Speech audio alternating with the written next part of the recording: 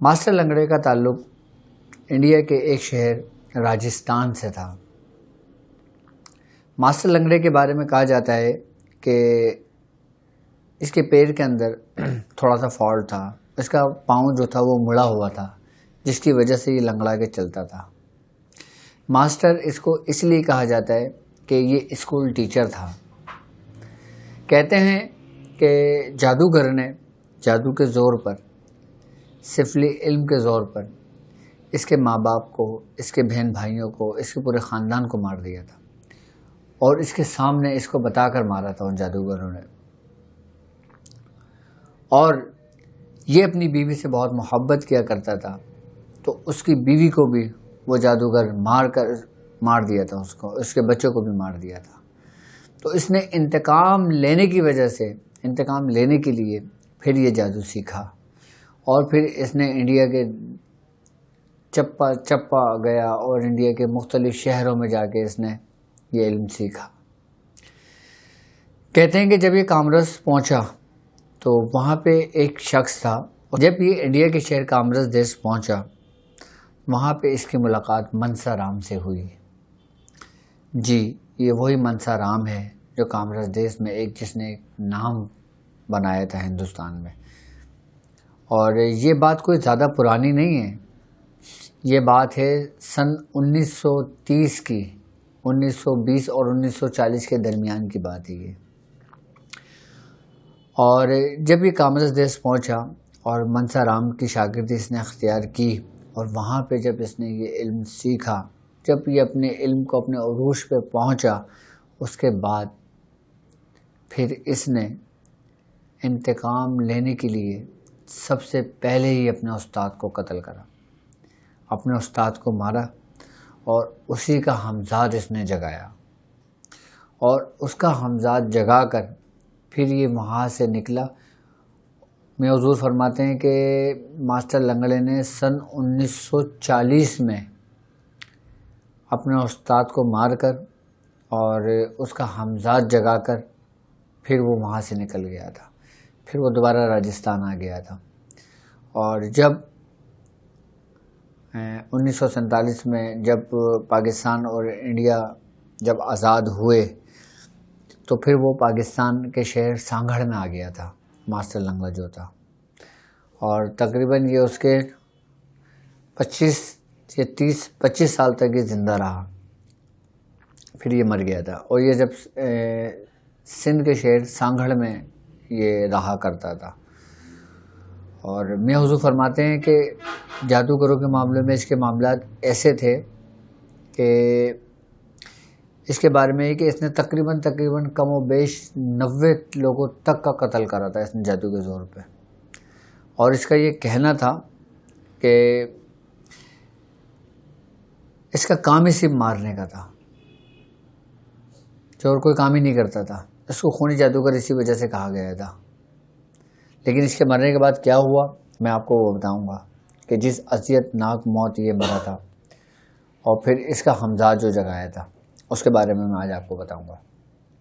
پہلے میں اس ماسٹر لنگڑے کے بارے میں آپ کو بتا دوں۔ اس کے بارے میں کہتے ہیں کہ یہ اس وقت یعنی کہ سن 70 کی بات ہے، سن 70 کے اندر یہ انسان کا قتل کرنے کے لیے، مارنے کے لیے جادو کے زور پر اس وقت یہ 20 سے 25 ہزار روپے لیا کرتا تھا، اور یہ کہتا تھا کہ رات 12 بجے تک یہ بندہ زندہ نہیں ہوگا، اور یہ کہتا تھا دعوے کے ساتھ کہ 12:05 پہ بھی اگر یہ مرا تو اس کو میں نے نہیں مارا، اگر پورے 12 بجے مرا ہے تو میں نے مارا ہے، اور اپنے پیسے وہ اس کام کے پیسے لیا کرتا تھا۔ کہتے ہیں کہ جب یہ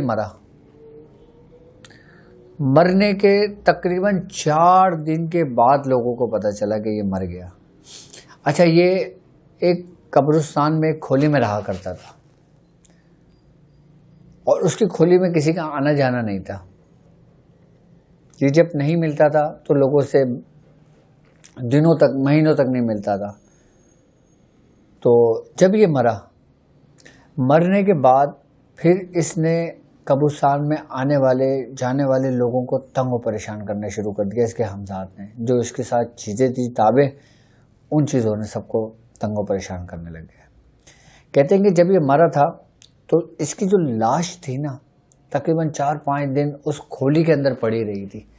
اس کی لاش کو چینٹیوں نے کھا لیا تھا. اس کی آنکھیں بالکل خالی کر دیا تھا اس کا آنکھوں کا حصہ. اس کے جسم کے اعضاء مختلف جگہوں پہ جو نا زخم پڑے ہوئے تھے اور وہ جانور نوچ کے اس کے کیڑے مکوڑے کھا گئے تھے. جب لوگوں کو پتہ چلا تو لوگوں نے اس کو دیکھا. کچھ لوگ وہاں پہ اکٹھا ہوئے سانگڑ کے اندر اور اس کو وہاں سے نکال کے اس کے اوپر پانی ڈال کے اس کو ایسی قبرستان میں دفنا دیا تھا. کہتے ہیں کہ پھر اس کھولی کے اندر، جس کھولی میں یہ مرا تھا نا، وہاں پہ رات کو آوازیں آتی تھیں، بابا بابا بابا کہاں ہو، بابا کہاں ہو، اور دروازے ہلتے تھے، پوری کھولی ہلتی تھی. تو ہوتا یہ تھا کہ جب لوگ قبرستان کے اندر فاتحہ پڑھنے آتے یا کسی میت کو لینے آتے یا دفنانے آتے تو یہ ان لوگوں کو تنگ کرتا تھا وہاں پہ. تو جو قبرستان میں آنے والے لوگ ہوا کرتے تھے نا، ان کے اندر خوف مسلط کرتا تھا. تو دادا میاں نے، ہمارے جو دادا استاد تھے، انہوں نے ایک دفعہ میاں حضور کو بلایا اور کہا کہ جاؤ طارق، تم سانگڑ جاؤ اور فلاں قبرستان کے اندر ماسٹر لنگڑا مرا ہے، اس کو وہاں دفنایا ہے، اور وہ اتنا خطرناک ہے کہ وہ لوگوں کو اس طریقے کے تنگ و پریشان کرتا ہے. تو دادا استاد نے ہمارے میاں حضور کو بھیجا کہ جاؤ تم سانگڑ جاؤ، اور سانگڑ جا کر ماسٹر لنگڑا مر گیا اور وہ اس طریقے سے وہاں واقعات ہو رہے ہیں، تو تم جا کے اس کے ہمزاد کو اس کو قید کرو جا کے. تو میاں حضور فرماتے ہیں کہ میں سن 1974 یا 75 کی بات ہے، تو میں اس وقت سانگڑ گیا تھا.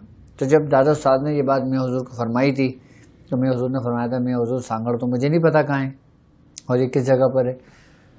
تو دادا استاد کے پاس ان کا ایک شاگرد تھا، وہ بلوچ تھا.